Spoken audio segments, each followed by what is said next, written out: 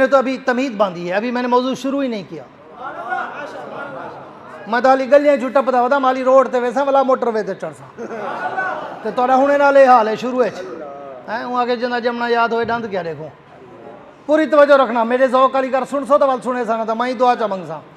پوری توجہ رکھنا، بات شروع کرنے چلا ہوں. کروں میرے دوستو، اس پیغمبر کا شان اور اس نبی کا مقام میرے جیسے طفل مکتب کی گونگی زبان کیا کرے بیان، جس کے لیے اترا ہو 30 پاروں کا قرآن. کچھ لوگ آپ سے کہیں گے کہ جناب یہ تو دیوبندی ہے، وہابی ہیں، نبی کے گستاخ ہیں، نبی کو مانتے نہیں، نبی کو اپنا بھائی سمجھتے ہیں، نبی کو اپنے برابر سمجھتے ہیں، نبی کو اپنے جیسا کہتے ہیں، نبی کو اپنے جیسا عام بشر کہتے ہیں.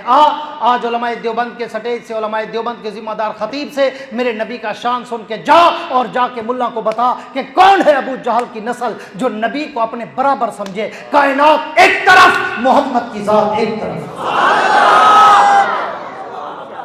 میں تو جب پوری توجہ رکھنا موضوع شروع کرنے چلا ہوں کہ میں تو جب اللہ کے نبی کی سیرت کے سمندر کی لہروں پہ تیرنا شروع کرتا ہوں، میں تو سوچوں کے سمندر میں ڈوب جاتا ہوں.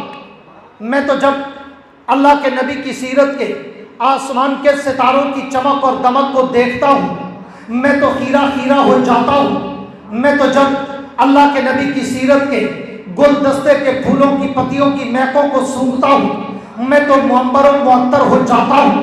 میں تو جب اللہ کے نبی کی سیرت کی کتاب کی ہیڈ لائن، شہ سرخی، زیب عنوان کو پڑھتا ہوں، میں تو سوچوں کے عمیق سمندر میں مستغرق ہو کے سوچتا ہوں کہ میں اس نبی کی سیرت کی ابتدا کہاں سے کروں، میں اس کی صورت کی ابتدا کہاں سے کروں، میں اس کی عظمت و رفعت و منقبت کی ابتدا کہاں سے کروں. کیوں؟ میں نے تو تاریخ و سیر میں پڑھا ہے، میں نے تو ائمہ روایات کو پڑھا ہے، میں نے تو تاریخ کے جھروکوں میں جھونکا ہے، میں نے تو تاریخ کے اوراق کی ورق گردانی کر کے دیکھا ہے، میں نے تو اپنے پیغمبر کا فرمان پڑھ کے دیکھا ہے کہ کنت نبیا وآدم بین الماء والطین. حضور فرماتے ہیں میں اس وقت بھی نبی تھا جب آدم ابھی پانی اور مٹی میں تھے.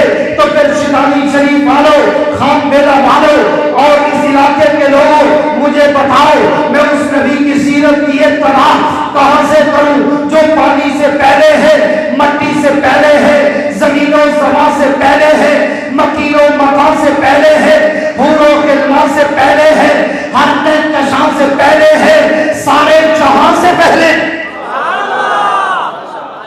میں اس نبی کی سیرت کی ابتدا کہاں سے کروں جو مجھے کائنات آب و سما سے پہلے نظر آتا ہے، جس کے لیے میرے قائد مولانا قاسم نانوتوی نے کہا تھا کہ سب سے اول مشیت کے انوار سے نقش روئے محمد بنایا گیا، مانگ کر پھر اسی نقش سے روشنی بزم کون و مقام کو سجایا گیا.